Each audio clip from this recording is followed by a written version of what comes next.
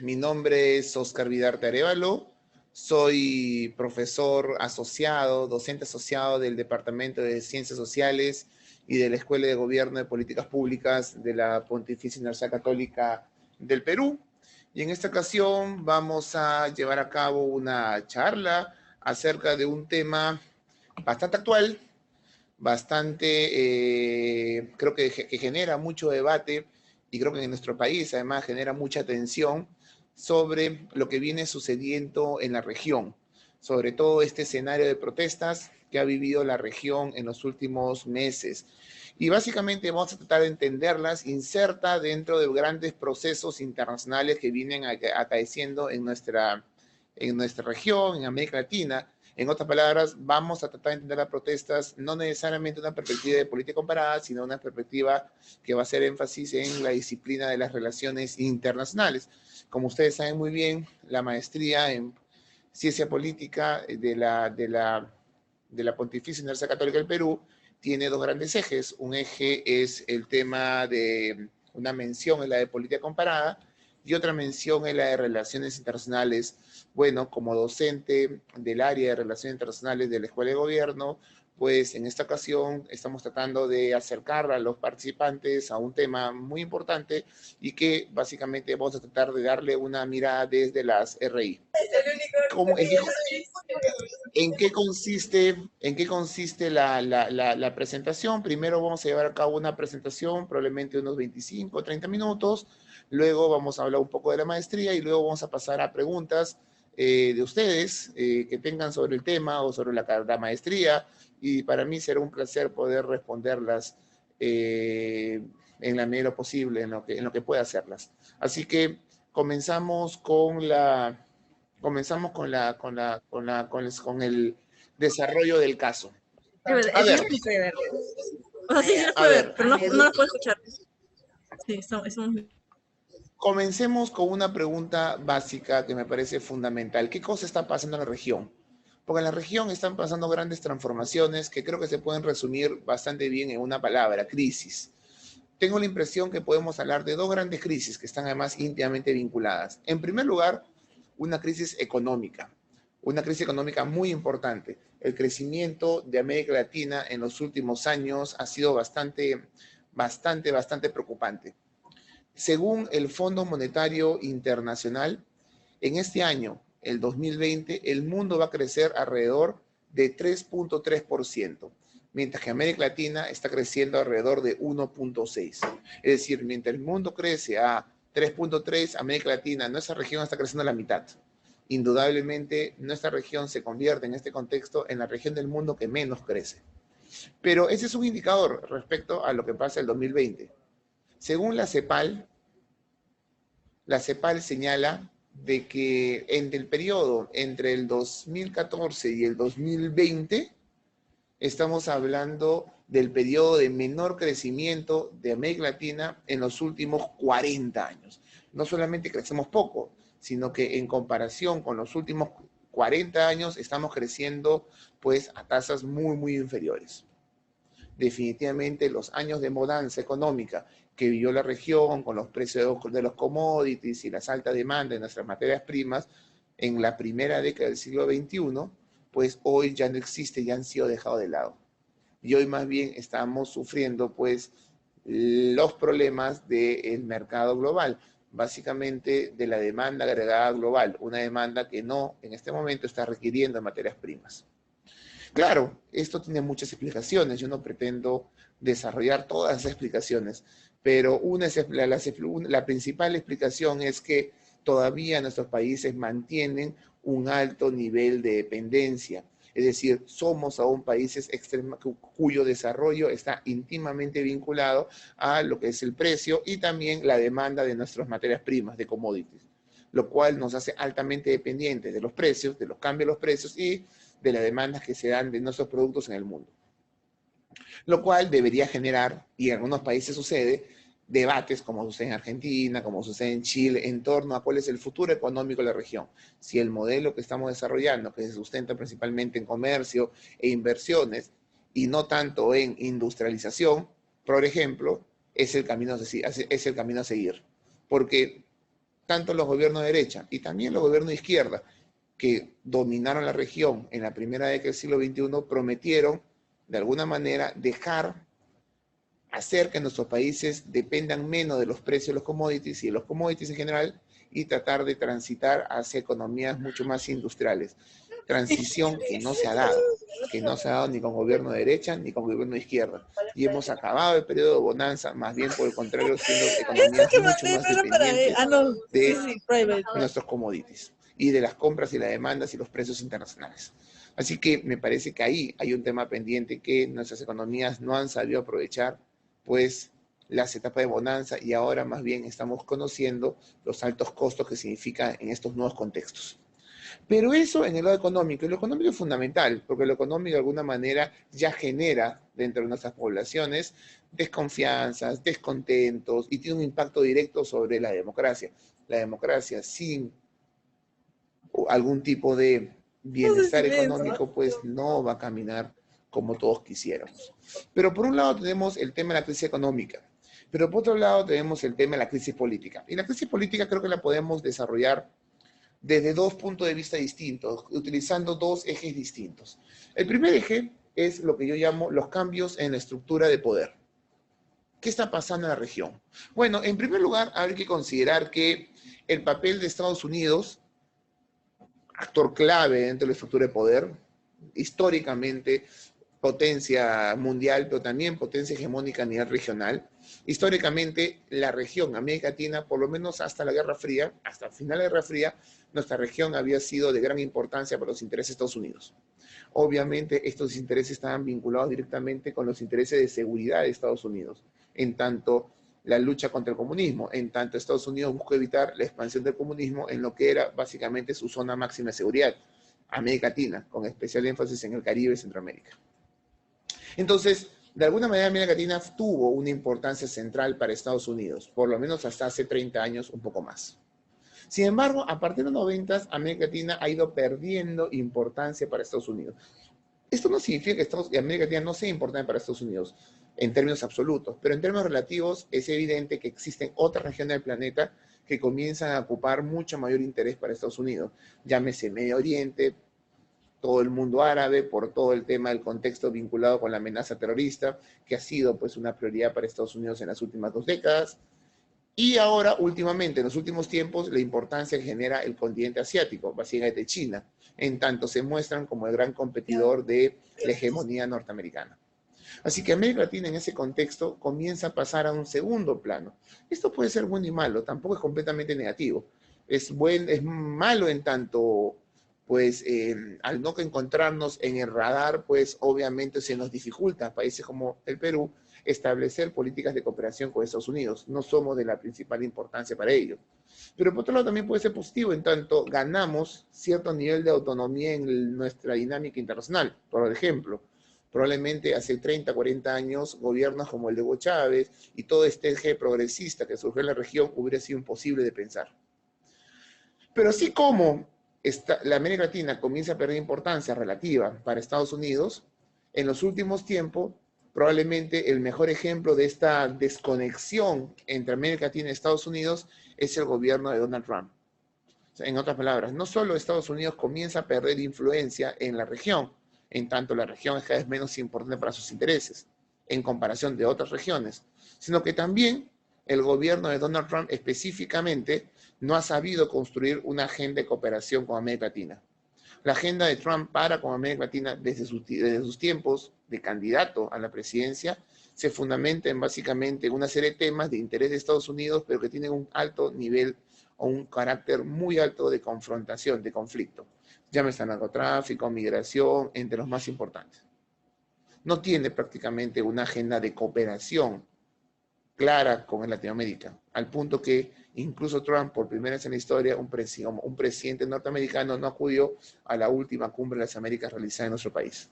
Era evidente que no había una agenda de cooperación para con la región, sino algunos puntos de conflicto, en tanto le sean de interés de Estados Unidos.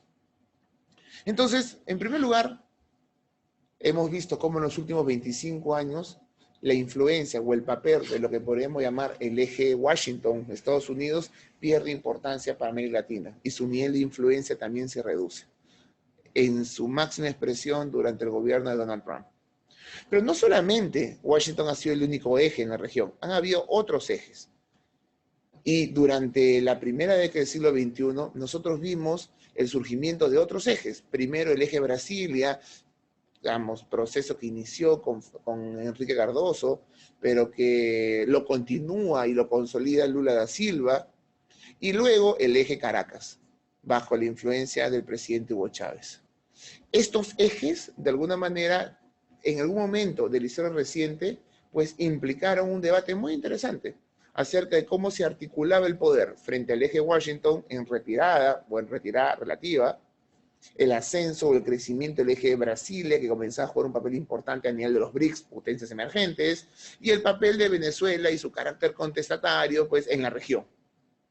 En la primera década del siglo XXI, el debate es cómo estos tres ejes de influencia, de poder en la región, terminan articulándose y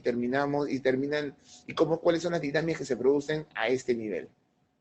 Sin embargo, con el pasar del tiempo, hemos visto cómo no solamente el eje Washington sigue en este plan de retirada, sino que además también estamos viendo cómo el eje Brasilia ha comenzado a perder importancia. Los problemas que ha vivido internos Brasil en los últimos 5 o 6 años económicos, políticos, obviamente han hecho que Brasil pues no juegue un papel importante. El mejor ejemplo de eso es el papel bastante disminuido que tuvo el expresidente Temer en la Cumbre de las Américas. En otros tiempos Brasil hubiera jugado un papel de influencia muy importante, pero en la última cumbre simplemente la presencia de su presidente pasó desapercibida. Y el otro, el eje Caracas, es evidente que también los años de bonanza de Venezuela pues han pasado de lado, y no solamente a partir de la muerte de Hugo Chávez, sino también a partir de la pauperización de la economía y política venezolana. Estamos viendo como ese eje Caracas, aunque todavía ejerce algo de influencia, ha perdido esa importancia que tuvo hace 10 años, un poco más.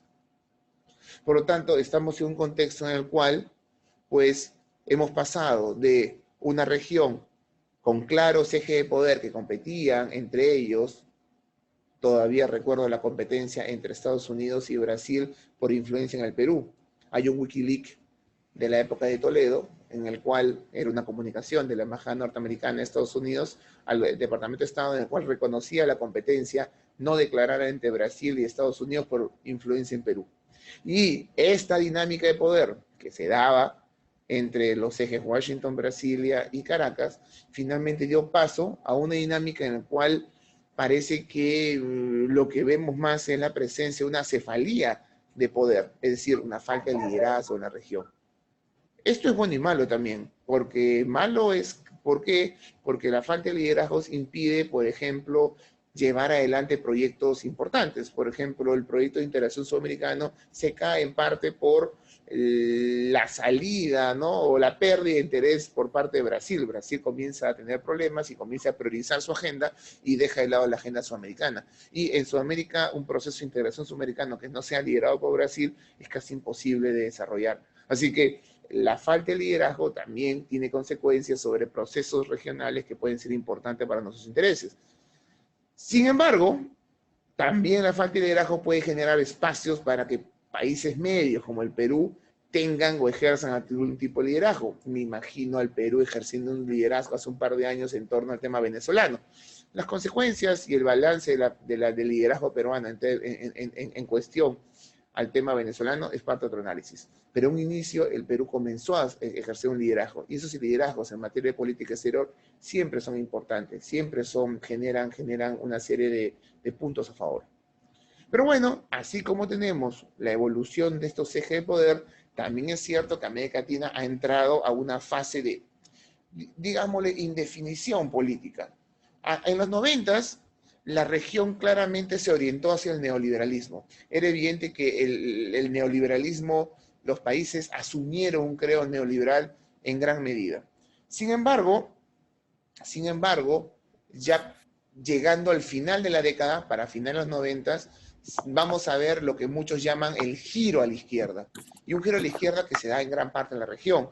Muchos países van a caer bajo la órbita de gobiernos progresistas, más populistas, menos populistas, más moderados, más radicales, ¿ok? Con un toque indigenista, con un toque militarista, de diferente tipo.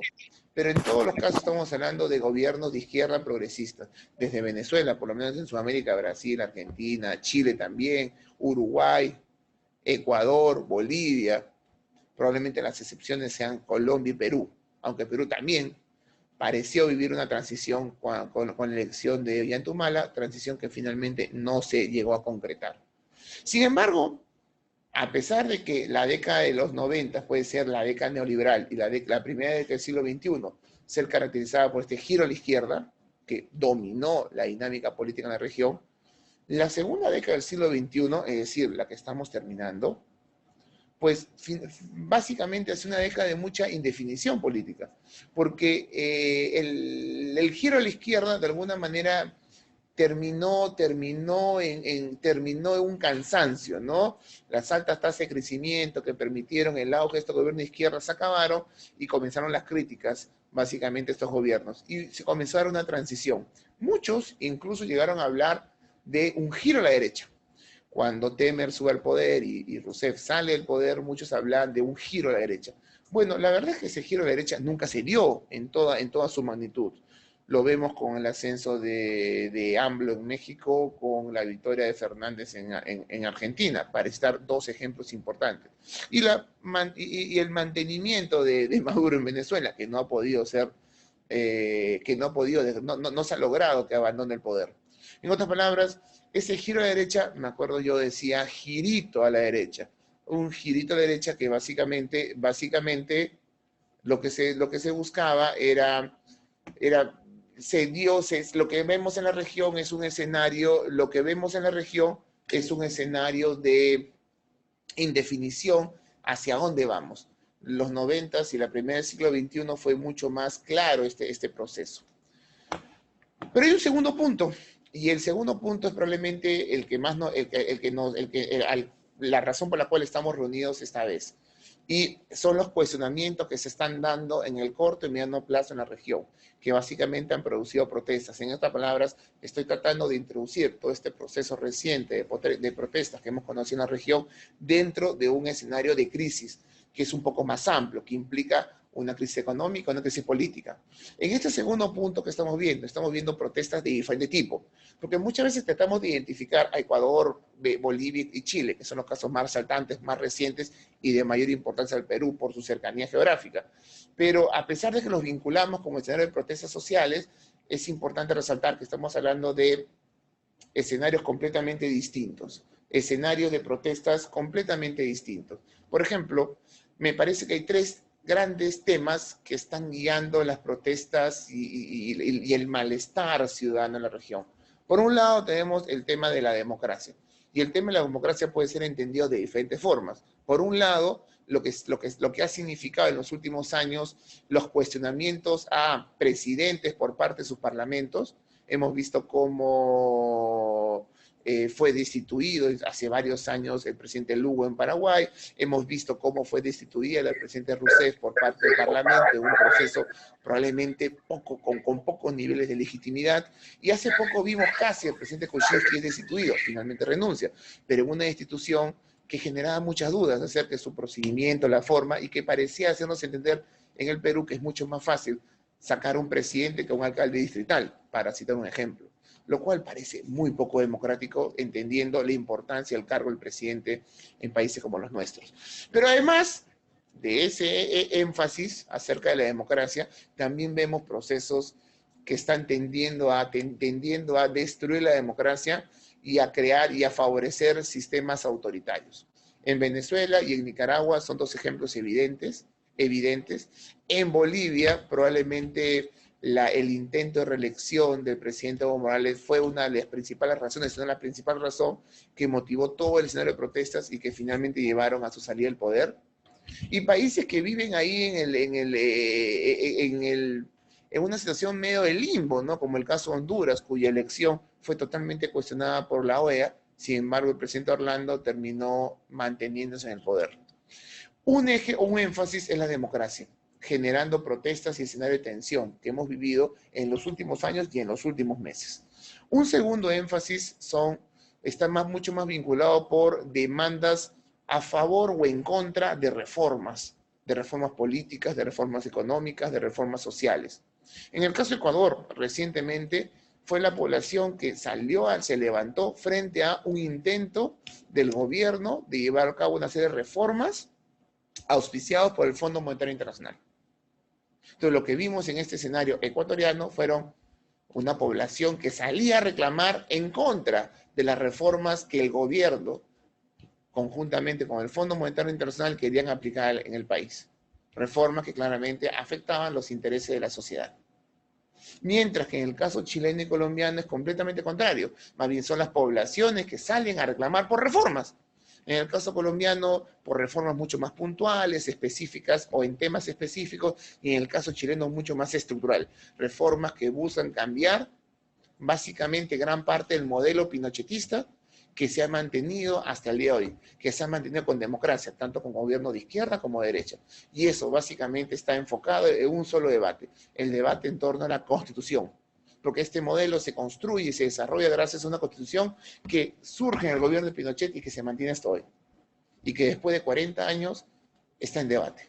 Está en debate porque en Chile hay mucha discusión en torno a la extrema privatización de los servicios públicos, en torno a las FPs, en torno al modelo económico, en torno a la desigualdad, en torno a muchas cosas.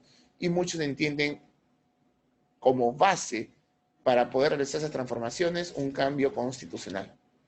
Entonces, como vemos, en primer lugar, todo el tema vinculado a la democracia que ha generado descontento y el tema vinculado con reformas, en algunos casos para evitar reformas, en otros casos para promover reformas. Y finalmente, un tercer tema que creo que ataca a toda la región es el tema de la corrupción. Hay un proceso muy fuerte en materia de corrupción de carácter transnacional que ha permeado toda la institucionalidad de nuestros países. Y el caso peruano es evidente. Lo es también en otros países, como el caso brasileño, y otros países en donde los procesos están mucho más atrasados, pero que estoy seguro que en los próximos meses y años van a comenzar a destaparse mucho más cosas. ¿Cuáles son las perspectivas? ¿Qué puede pasar? ¿Qué esperamos de todo este escenario? Bueno, en primer lugar, el escenario negativo, digamos, lo podemos resumir en 4 puntos que me parecen importantes. Uno, al parecer la situación económica no va a tender a mejorar, vamos a continuar con bajo crecimiento en toda la región, países que no van a crecer lo suficiente, lo que necesita el país nuestros países para lograr niveles de desarrollo aceptables, y el debate, y un debate que parece insertarse en nuestros países, el debate en torno a la desigualdad.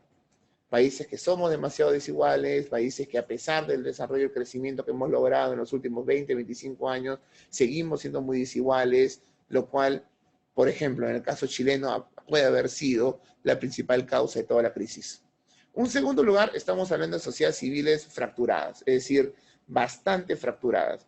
Yo imagino que el escenario chileno en los próximos meses, en los cuales se va a realizar el plebiscito para que la población decida si iniciamos o no un proceso constitucional, creo que va a dejar a la sociedad chilena muy fracturada y muy dividida. La última elección en el Perú el domingo pasado demuestra lo dividida y fracturada que está nuestra sociedad en micropartidos, básicamente, ¿no? Que han llegado al Congreso. Entonces tengo la impresión que va a haber un nivel de fractura muy grande y además con alto nivel de enfrentamiento. Y además, creo que también vamos a terminar viendo sociedades civiles muy empoderadas, es decir, que han leído, que son capaces, leo lo que pasó en Ecuador, lo que pasó en Chile, lo que pasó en Bolivia, que son capaces de decirle a sus gobiernos, no estoy de acuerdo y queremos que tomes otro rumbo. Y que tienen el poder para hacerlo, tienen la capacidad para cuestionar a sus gobiernos y la orientación política que están llevando dichos gobiernos. Esto, en principio, me parece a mí muy positivo, que la sociedad civil se dé cuenta de la importante herramienta que ellos cuentan para dialogar y para hablar con el gobierno y para ver sus demandas satisfechas. El problema de esto es que esto también puede degenerar en violencia, y lo hemos visto en todos los casos. Lo hemos visto en Ecuador, lo hemos visto en Chile, sobre todo, y en Bolivia. Y cómo puede finalmente este choque entre la sociedad civil y sus gobiernos pueden degenerar en violencia, y eso no favorece a nadie. Un tercer punto importante es también bastante complejo, es que estos procesos que estamos viviendo en varios países van a culminar con gobiernos muy debilitados. Es decir, el gobierno ecuatoriano del presidente Lenín Moreno termina muy debilitado si es que continúa el poder por mucha suerte, digamos, ¿ok? En el caso del presidente Piñera, los próximos 2 años de gobierno van a ser muy difíciles, un gobierno que ha perdido completa legitimidad, con tasas de aprobación pero muy bajas. Me imagino también es complejo pensar en un gobierno como el boliviano, que surge pues casi por casualidad, con una presencia del Parlamento muy reducida. Vamos a ver qué va a pasar con el gobierno que se elige en los próximos meses en Bolivia y vamos a ver cómo me imagino un gobierno que va a tener un Congreso muy fracturado y que va a ser muy difícil poder llevar adelante políticas importantes para Bolivia. El gobierno de Maduro, por más de que se mantenga el poder, es un gobierno muy debilitado, con una situación de crisis económica y política muy fuerte, muy grave y muy cuestionado, digamos, internacionalmente. Un gobierno como el argentino que quizás va a hacer frente a una situación económica y de endeudamiento muy grave, y creo que probablemente los próximos meses van a ser meses muy complejos. Así que vamos a estar frente a gobiernos muy debilitados. Pero además, gobiernos muy debilitados, con poca legitimidad, y todo este escenario de protesta social, de bajo crecimiento, de violencia probablemente, de poca legitimidad de los gobiernos, puede generar que opciones radicales se conviertan en una posibilidad. Y así surge alguien como Bolsonaro en Brasil, que ya es gobierno, la posibilidad de que alguien como Luis Fernando Camacho en Bolivia, representante de la extrema derecha boliviana, pueda, por ejemplo, llegar al poder. En este momento, en las encuestas, al parecer, se encuentra en segundo lugar en las preferencias y que pueda llegar a la presidencia del país. Hablamos de un Cast en Chile que también puede aprovechar esta sensación de cuestionamiento, de desorden, para de alguna manera ganar, para que en este contexto su discurso en torno al orden y la fuerza gane réditos y pueda ser una opción viable en 2 años cuando volvamos a ver un proceso electoral en el país vecino. No es casualidad que alguien como en el Perú, un partido vinculado a Antauro Humala, tenga una presencia importante en el próximo Congreso. Él representa justamente esta mirada de orden extrema en su máxima expresión, ¿no? Y que gran parte de la población vote por esta opción. Y por último, pues en este escenario, pues muy probablemente veamos poca posibilidad de cooperación entre países. Gobiernos debilitados, generalmente mucho más preocupados de la dinámica interna y de su poca aprobación y legitimidad, tienden a tener muy pocas posibilidades de establecer cooperación, digamos, de construir redes de cooperación sólidas con los países vecinos, con los países de la región. Y esto es preocupante, puede no ser preocupante, pero es muy preocupante, porque en el contexto que vivimos de crisis económica que nos afecta a nosotros, de probablemente crisis hegemónica entre China y Estados Unidos, la necesidad de nuestros países de estar juntos para hacer frente a estas dinámicas mundiales, económicas y políticas, es mucho más importante. Sin embargo, creo que va a ser muy difícil poder hacerlo por la misma coyuntura, las mismas prioridades que nuestros países van a tener desde el punto de vista interno. Si uno se da cuenta de los 4 elementos y piensa en el Perú, por ejemplo, se da cuenta que el Perú muestra el rasgo de todos los elementos. Gobiernos muy debilitados, que nacen, que ni siquiera han sido elegidos como tales, opciones de extrema derecha que se parecen consolidar en el último proceso electoral, sociedades civiles muy fracturadas y que comienzan a leer lo que pasa en la región y pueden salir a protestar. No me sorprendería que si es que el próximo gobierno no lleva a cabo la reforma electoral, política y judicial en los próximos 3 o 4 meses y se desaparece dicha posibilidad por cuestiones jurídicas, pues vuelvan a aparecer las protestas frente a un Congreso que va a ser entendido como igual que el anterior.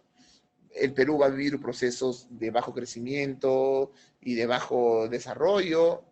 Es decir, creo que el Perú está inmerso dentro de esta dinámica que creo que se está generando y que creo que va a marcar la pauta de la política regional en los próximos meses. Ahora, para terminar, no todo es negativo y tengo la impresión de que también podemos ver el vaso medio lleno. Hemos visto el vaso medio vacío y podemos ver el vaso medio lleno. Es decir, probablemente podemos ver y preguntarnos si es posible alguna posibilidad de mejora en la relación, en lo que está sucediendo, en este proceso que está sucediendo en la región.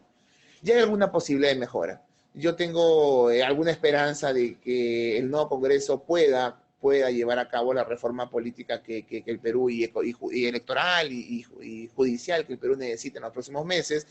Tiene pocos meses, porque de ahí se acaba la posibilidad de llevar a cabo una reforma política y que esto de alguna manera siente las bases de lo que va a ser un proceso electoral, un mejor proceso electoral el próximo año y aumente la confianza en el Congreso. Y tengo la esperanza de que eso se pueda dar, digamos, ¿no? Así como tengo la esperanza también que en Chile el proceso constitucional, más allá de la división que puede generar, termine pues canalizando un poco las demandas de la población, bajando la violencia, la protesta y pueda terminar en un punto de reforma constitucional que termine pues trayendo mayor estabilidad al país, al vecino país del sur, ¿no? También tengo la esperanza que las elecciones en Bolivia traigan cierta estabilidad al país boliviano, al país altiplánico, a nuestro país vecino, a pesar de que yo creo que se va a presentar un escenario bastante difícil para el nuevo gobierno.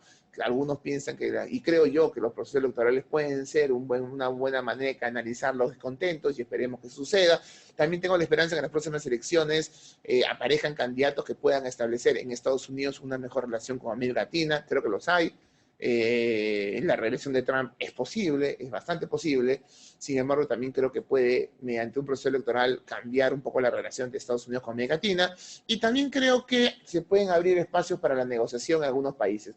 Creo que en Ecuador se han abierto espacios de negociación entre el gobierno y la oposición. Creo que felizmente así se solucionó el problema generado por las reformas que el gobierno quería aplicar. Creo que en Colombia también se han abierto espacios de diálogo entre el gobierno y los sectores que salen a protestar. Y creo también que, aunque esto es más difícil, quiero creer que en Venezuela puede darse un escenario de apertura, una negociación, aunque la oposición es bastante renuente y el oficialismo ha usado las negociaciones para mantenerse en el poder.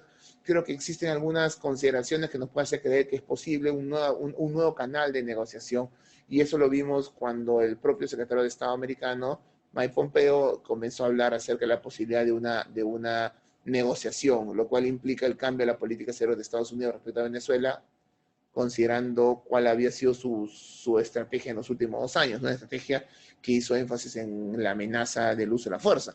Bueno, ahora vemos que parece que se abren espacios para la negociación. Así que, más allá de las perspectivas negativas que yo puedo haber tenido en el anterior, hace unos minutos, creo que también se abren algunos espacios para mejorar la situación, aunque en un contexto muy, pero muy difícil. Bueno, muchas gracias por haber estado ahí en la presentación. A continuación, quiero dar algunos tips sobre la maestría de Ciencia Política y Relaciones Internacionales, a la cual yo pertenezco como profesor, básicamente del área de Relaciones Internacionales. Algunos objetivos de la maestría. Hay 3 grandes objetivos. Uno, formar profesionales para la comprensión de los fenómenos políticos nacionales e internacionales. Ahí sus 2 ejes, el eje de política comparada y el eje de relaciones internacionales. Ofrecer 2, una educación de posgrado de calidad con elementos multidisciplinarios y componentes éticos que permiten el entendimiento de la realidad política del país y su complejidad. El elemento multidisciplinario creo que es fundamental en la formación, sobre todo en la formación de una escuela como la ciencia, como de una maestría de ciencia política y relaciones internacionales, y además el elemento ético creo que es característico de nuestra universidad. Y finalmente 3, fortalecer las habilidades de investigación en base al dominio de técnicas cuantitativas y cualitativas.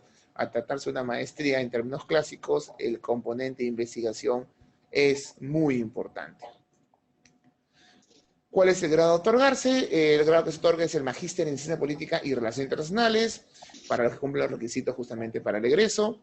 Y hay 2 menciones, que yo las vengo repitiendo hace ya buen rato, la mención en Política Comparada y la mención en Relaciones Internacionales. También los alumnos pueden pedir un diploma de posgrado en Ciencia Política o en Relaciones Internacionales al culminar los 24 créditos, es decir, un año del posgrado.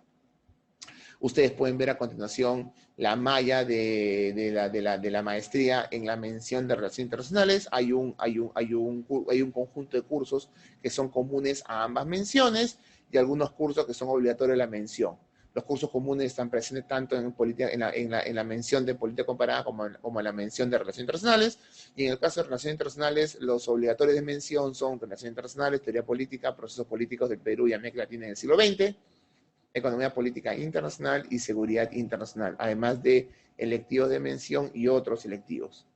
En el caso de política comparada, el tronco común es el mismo, que se encuentra justamente en color amarillo, y los cursos obligatorios de la mención son política comparada, teoría política moderna, historia política del Perú en el siglo XX, teoría política contemporánea y teoría de la democracia y la gobernabilidad, además de electivos de mención y otros electivos.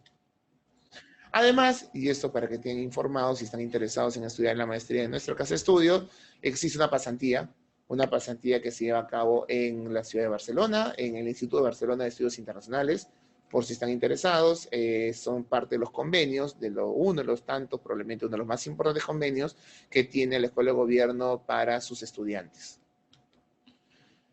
El cierre de inscripciones para postular para el próximo periodo de nuestra maestría es el 5 de febrero. Ustedes tienen los datos, la dirección de la Escuela de Gobierno y Políticas Públicas, acá en el campus de la Universidad Católica, en el Complejo MacGregor, el edificio que está junto a la puerta principal, piso 11. Ustedes pueden encontrar ahí el link para mayor información, un correo al cual pueden pedir más información, el teléfono al cual pueden llamar. Y ahí nosotros nos encontramos a su disposición y ojalá que estén interesados en estudiar en nuestra escuela de posgrado, en la Escuela de Gobierno y Políticas Públicas. Bueno, para culminar, me saco los lentes, disculpen, cuento con algunas preguntas acá que me han hecho, que me gustaría responder. A ver, en primer lugar, Galaxy, sí, así se llama Galaxy, ¿ok? Pregunta, en contraste con la fractura social chilena, ¿la fractura social peruana meritaría también el inicio de una reforma constitucional? Es compleja la pregunta, ¿no? Porque si bien el modelo peruano ha seguido grandes pautas del modelo chileno, y si bien nuestro modelo económico, el modelo vinculado a pensiones, el modelo de apertura al mundo ha sido muy similar y hemos seguido pues el proceso chileno,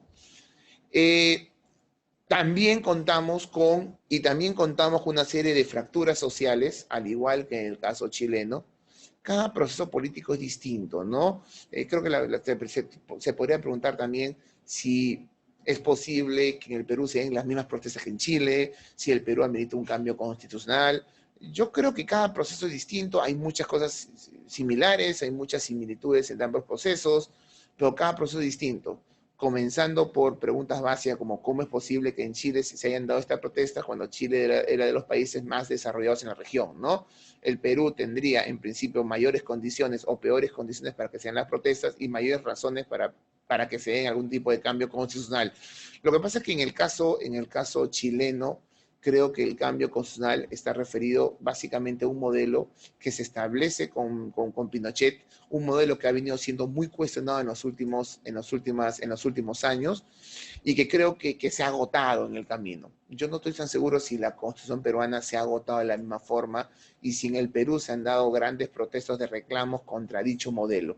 Yo creo que en el Perú los reclamos en los últimos tiempos han estado mucho más enfocados en torno a lo que es la institucionalidad, la corrupción, y las principales demandas de la población han pasado por inseguridad, que no necesariamente requieren un cambio de modelo constitucional. Así que yo tengo la impresión de que teniendo el Perú mucho más razones para que se generen protestas o para pedir incluso cambios constitucionales, las prioridades en nuestro país no han pasado por esa crítica. Así que en ese sentido, el proceso chileno y peruano han sido distintos. Una segunda pregunta, Luna pregunta, buenas tardes, el ponente comentó que si está bien que la sociedad civil esté empoderada y pueda cuestionar al gobierno, le preocupa que aquello llegue a lo que se define como violencia. En ese sentido, ¿hasta qué punto el empoderamiento de la sociedad civil permite cambios en la política del gobierno sin ingresar a lo que se entiende como violencia? Sí, pues, en el mundo ideal, pues, se esperaría que que entre sectores como la sociedad civil, el Estado, el sector privado, se den dinámicas mucho más, con mayor grado de tolerancia, de diálogo, y que a partir de esas dinámicas se pueda, pues, lograr consensos para el desarrollo del país sin necesidad de recurrir a la violencia. Lamentablemente es que la violencia surge alguna vez, incluso de manera inesperada. En el caso chileno es importante, ¿no? El caso chileno, la violencia tiene diferentes orígenes. Probablemente hay dos grandes orígenes. Uno, lumpen. Lumpen que aprovecha las marchas masivas para llevar a cabo, pues, actos delictivos. Y eso, pues, no lo puedes evitar, o es muy difícil de evitar. Y en segundo lugar, grupos muy radicales que entienden que la única manera de que el gobierno atienda tus demandas es golpeando a las grandes élites económicas.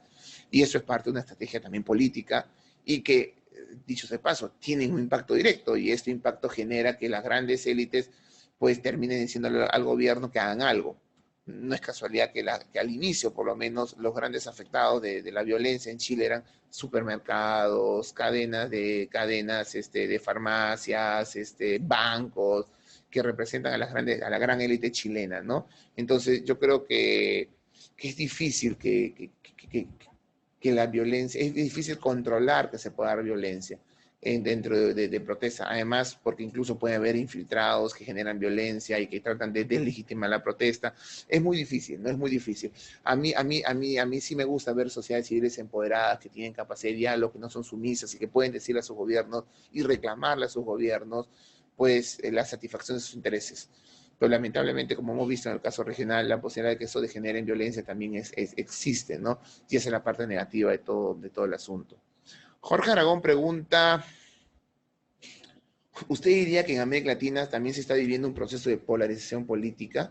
¿En qué países sería más fuerte esta polarización y cuáles serían los principales temas de esta polarización, ¿no? Sí, yo creo que sí. Yo creo que hay escenarios de polarización política muy importantes en algunos países, ¿no? En el caso chileno, lo mencionaba, me parece es evidente. Yo tengo el temor de que la polarización lleve a una división de la sociedad. Tengo el temor de que el próximo proceso electoral, plebiscitario, básicamente, para ver si se inicia un proceso constitucional, termine dividiendo más al país, ¿no? Entre defensores del Pinochet y entre, pues, comunistas, ¿no? Izquierdosos comunistas. Y me parece que esto termina dejando de lado o ignorando finalmente cuáles son los temas del debate y cómo llegar a consenso para sacar adelante esos temas en debate.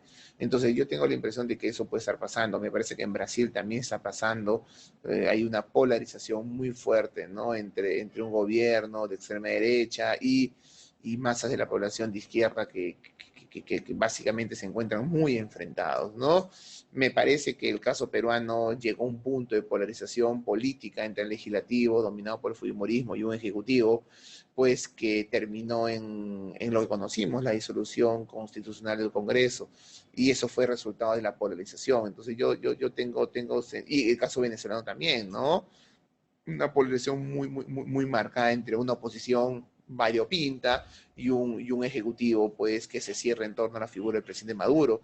Estos escenarios a mí me causan preocupación y creo que la división de un país no ayuda en la construcción de lo que queremos, ¿no? De las grandes políticas que nuestros países necesitan. Luna nos dice, otra pregunta analizando el caso chileno, un cambio en la constitución, entonces sí sería acertado, perdón, me fui. Un cambio en la constitución, entonces sería acertado para que las políticas públicas realmente lleguen a la sociedad.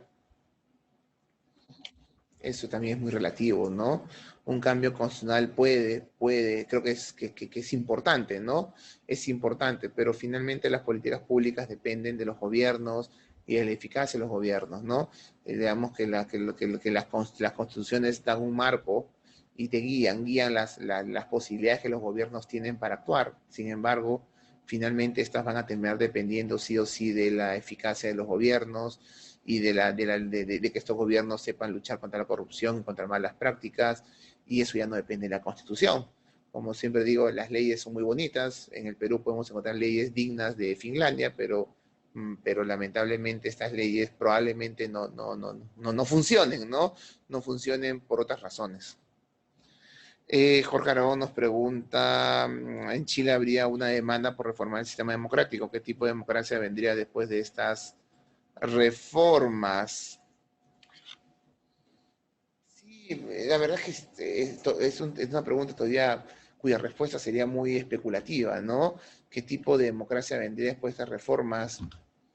La verdad es que no sabemos hacia dónde vamos a caminar. No sabemos tampoco si es que se va a aprobar finalmente la reforma constitucional. Creo que va a ser un debate muy importante. Yo creo que sí se va a lograr. Las encuestas dicen que sí. Hacia qué tipo de democracia vamos a poder, hacia qué tipo de democracia vamos a transitar o va a transitar Chile? No tengo claro, y yo espero que haya un reforzamiento de la democracia representativa, ¿no? Que Chile camine hacia ese camino, ¿no? Que esta ruptura que se ha dado entre el establishment político y la sociedad, hay una ruptura muy clara, donde hay una crítica muy fuerte contra el establishment político, se recupere y se recupere el vínculo con la política y con los sectores políticos y la población se vea representada, algo que hoy no se ve representada. Así que yo tengo la impresión de que espero que hacia eso camine, ¿no? Luna nos dice, luego de 3 décadas de tener alto crecimiento sostenido en Chile, se ha llegado de a pocos a una crisis. ¿A qué factores se debe? Lo que pasa es que creo que en Chile lo que hemos visto es una crisis constante. Yo tengo muchos amigos chilenos y hemos hablado mucho de esto. Es más, tuve una reunión en Bolivia con amigos chilenos 2 semanas antes de comenzarse todo y ellos me decían, la situación en Chile está a punto de explotar. Y claro, y uno ve eso del Perú y dice, imposible, el Perú está a punto de explotar, no Chile, ¿no? Si Chile es el milagro chileno y cómo es posible que hables en esos términos. Y es que ellos te contaban que habían muchas demandas que no se conocen internacionalmente, demandas de marchas en torno a lo que comentaba, AFPs, alza de los servicios públicos, desigualdad, educación y muchas demandas. Y eso se está canalizando y esperaban que un momento explote, ¿no? Y así como sucedió el 2011 con el inicio de la Primavera Árabe, yo siempre cuento este ejemplo porque la Primavera Árabe comenzó cuando un sujeto en diciembre del 2010, si no me equivoco, Mohamed Bouazizi en Túnez se prendió fuego. Y esa fue la chispa que encendió todo el proceso transformador, digamos, que comenzó por Túnez. ¿Y por qué señalo esto? Pues Túnez era el país más desarrollado de todo el norte del África. Es decir, si hay un país donde un proceso de transformación tan importante iba a comenzar al final, era Túnez. Sin embargo, comenzó por Túnez. Y creo que eso nos sirve de ejemplo para poder entender por qué comienza con Chile. A pesar del milagro chileno, del desarrollo chileno, del exitoso modelo chileno, entre comillas, pues esto comenzó en Chile. ¿Y por qué? Porque habían demandas que se han estado cocinando, que han estado cocinándose en los últimos tiempos y que explotaron. Y en el caso de Chile, esta chispa fue el aumento muy reducido, pero un aumento finalmente el precio del metro, ¿no? ¿Y por qué el precio del metro puede ser un tema tan sensible? No solamente porque es muy caro, el precio del metro chileno es equivalente más o menos al precio del metro de ciudades importantes en Estados Unidos, sino porque además el precio del metro es un servicio público y que un servicio público tampoco considere a la población, que no lo hagan los servicios privados, pero si lo hago, no lo haga un servicio público, pues ya generó el malestar total. Y ese fue el punto de partida de la crisis.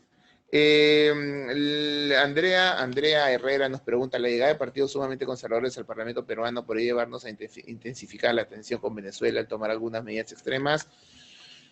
Yo creo que no, yo creo que como sabemos la política exterior depende del presidente, el ejecutivo, y más allá de lo que el Parlamento pueda querer o hacer, o los dictámenes o lo que pueda decir, finalmente la política exterior depende del Estado peruano, así que yo no creo que, además hay tantas prioridades del Congreso peruano hoy en la actualidad respecto a las reformas que va a tener que implementar en poco tiempo, que creo que no va a tener mucho tiempo para poder referirse al caso venezolano. Así que yo creo que Venezuela es un tema, o la política es un tema del Ejecutivo, más allá de lo que el Congreso pueda decir o hacer. Martín pregunta, en la perspectiva negativa que se menciona para América Latina, ¿cómo puede la cooperación en sus diferentes tipos con otros países mitigar significativamente sus efectos? Es que yo creo que un escenario de crisis política, de crisis económica, cooperar es fundamental, ¿no? Es fundamental, es decir, cooperar, por ejemplo, la Alianza del Pacífico es una herramienta, ¿no? Es decir, un contexto de crisis económica en donde nuestros mercados se vuelven cada vez menos atractivos para nuestros intereses económicos, ampliar nuestras redes de mercados resulta fundamental. y obviamente nuestros países son mucho más atractivos para los grandes mercados internacionales cuando vamos de la mano. ¿Por qué la Alianza del Pacífico es atractivo? Porque la Alianza del Pacífico se consolida como una de las principales economías del mundo y como una economía que reúne casi un poco menos de la mitad del PBI latinoamericano, 40% del PBI latinoamericano. Eso lo vuelve atractivo para cualquier inversionista y cualquier hombre de negocios en el mundo. Así que, de alguna manera, para hacer frente a la crisis económica, actuar conjuntamente en la dinámica global creo que es mucho más importante, como también lo es para la lógica política. En términos políticos también es importante andar juntos, porque si es que la lucha hegemónica entre China y Estados Unidos se fortalece, probablemente nuestros países van a tener que andar con mucho más cuidado, ¿no? Entonces, ese tipo de escenarios y tomar decisiones en esos escenarios es mucho mejor hacerlo conjuntamente que hacerlo solos. Te da mayor posibilidad de negociación, hay muchas cosas que te favorecen. Así que yo creo que es importante, ¿no? La cooperación que creo que, como dije, se va a hacer muy difícil en los próximos años. Martín también pregunta cuál podría ser la posición de la política social peruana en su beneficio frente al enfrentamiento, situación competitiva Estados Unidos-China, en su beneficio frente al enfrentamiento. Eh, sí, en el corto plazo el enfrentamiento, la competencia entre Estados Unidos y China puede generar algún tipo de beneficio. El ejemplo es México, ¿no? Increíblemente México se ha visto bastante beneficiado por la competencia económica entre China y Estados Unidos. ¿Y por qué? Porque reducirse las importaciones de China hacia Estados Unidos, o mejor dicho, el comercio de China a Estados Unidos, pues Estados Unidos comienza a suplantar ese comercio con bienes que se producen en México. México es competidor de China en su interés de acceder al mercado americano. Así que, increíblemente, un contexto de mucha crítica de Estados Unidos contra México, en los últimos meses México se ha visto bastante favorecido con el comercio con Estados Unidos en un contexto de diferencias con China. Así que, irónicamente, uno se puede beneficiar en un escenario de competencia, ¿no? También se hablaba que en ese escenario de competencia China y Estados Unidos podrían comenzar a demandar más bienes que son fundamentales para nuestro desarrollo, por ejemplo. Pero también es cierto que esa situación de competencia puede llegar a un momento en el cual, pues, a países como el Perú, tanto Estados Unidos o China, nos pide algún tipo de explicación. Y para el Perú eso es bien complejo, porque China es nuestro principal socio comercial, Estados Unidos es nuestro segundo socio comercial, ambos son importantes socios en materia de inversiones, y pues el Perú no está en la disposición de poder elegir entre uno y otro, y ese tipo de situaciones podrían generarse en el futuro cercano. James dice, frente a esta indefinición política en la región en la última década, ¿qué papel tiene el Perú en materia de liderazgo regional? ¿Y cómo afectaría en caso de elección de Hugo de Sela como secretario de la OEA? Eh, lo que pasa es que yo creo como contabas un rato, creo que la situación política regional puede generar algunos aspectos negativos y otros positivos para la política exterior de países como el de Perú, ¿no? El Perú está interesado en algunos proyectos regionales que son importantes, por supuesto, pero eso también puede debilitar el Perú está interesado en una serie de proyectos regionales y sin el liderazgo de algunos países, estos proyectos regionales se hacen muy, muy complejos, ¿no? El Perú podría estar interesado en proyectos regionales económicos más amplios, más profundos, pero sin grandes liderazgos esto es imposible. Sin embargo, como dije también, creo que también se generan oportunidades para el liderazgo peruano. Un ejemplo fue en su inicio el tema de Venezuela y Perú. Como país mediano en la región comenzó a asumir ese liderazgo, ¿no? Preguntas sobre la elección de Huesela. Sí, obviamente, ahí hay todo un dilema, ¿no? ¿Qué tanto este liderazgo peruano ayuda a Hugo de Sela? Hugo de Sela está tratando de reivindicar este liderazgo y lo que significa este liderazgo como no uso la fuerza y como un liderazgo no tan confrontacional como el del actual secretario general de la OEA, Almagro, y trata de él mostrarse como un actor diplomático distinto que ofrece una alternativa no tan confrontacional a Venezuela, pero también dura contra Venezuela.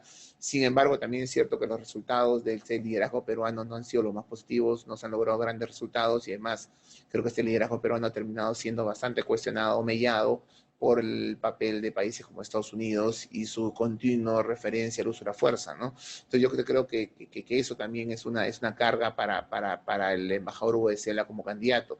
Finalmente, él, que representó el liderazgo peruano en el Grupo de Lima y contra el tema de Venezuela, ha terminado siendo cuestionado, puede terminar siendo cuestionado producto producto de esta falta de resultados, ¿no? Y de finalmente el papel que terminó jugando frente a lo que ha hecho Estados Unidos. Giovanni dice, buenas tardes, ¿considera que este Congreso extraordinario puede lograr reformas profundas como los fondos de pensiones, el sistema de salud y reforzar la ley con la experiencia de los hermanos del sur de Chile?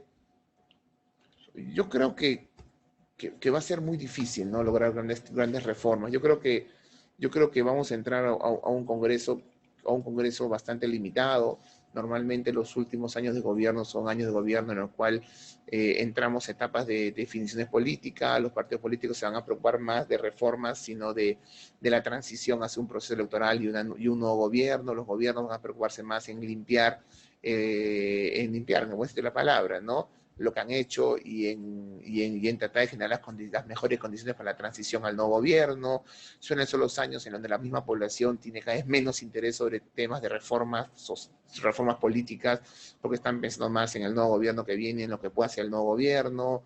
Entonces, normalmente en el último año la aprobación de los presidentes suele aumentar porque las críticas a los gobiernos comienza a disminuir. Entonces, yo creo que pedir que este gobierno haga grandes transformaciones, yo no veo mucho la posibilidad. Yo creo que el gran énfasis va a estar marcado en los primeros 3 meses, como decía, en la reforma electoral, política, judicial, que requieren en muchos casos cambios constitucionales, y me parece que ahí está el reto, ¿no? Luego de agosto yo creo que vamos a entrar a la típica dinámica de un gobierno y de un parlamento que está más de salida que de llegada, ¿no?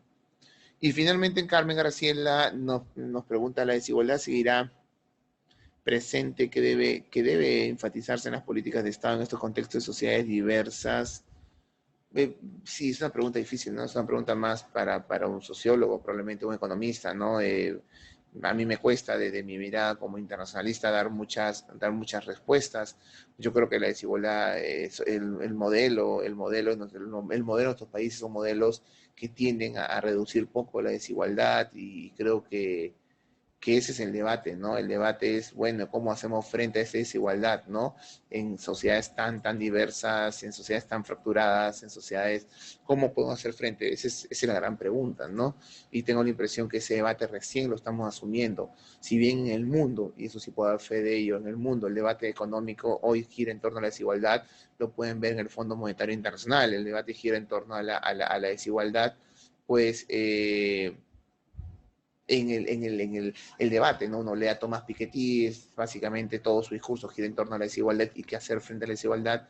En países como el Perú todavía estamos hablando acerca de el desarrollo, el crecimiento como principal indicador. Yo creo que la desigualdad se debe convertir en el tema principal de debate. Creo que en Chile, pues en los últimos tiempos, ellos se han dado cuenta que es el tema principal de debate y ese milagro chileno desconocía el alto nivel de desigualdad. Chile es uno de los países más desiguales de Latinoamérica, irónicamente uno de los países que más ha desarrollado en Latinoamérica. Así que yo creo que la desigualdad tiene que ser un tema de debate a partir de lo cual tenemos que repensarnos hacia dónde queremos ir, ¿no? Creo que en el Perú todavía no estamos planteando ese debate seriamente. Bueno, quiero terminar mencionando que el cierre de las inscripciones de la maestría en ciencia política es el 5 de febrero, como les mencioné, y si desean información pueden dejar su correo por el chat, en el cual ustedes mandan esas preguntas, y de ahí nada más. Yo les agradezco por su presencia hoy en esta hora y media que hemos estado juntos, hora y pico que hemos estado juntos. Y nada, y quedo a su disposición y espero que se animen a postular. Muchas gracias y será pues hasta otra oportunidad. Hasta luego.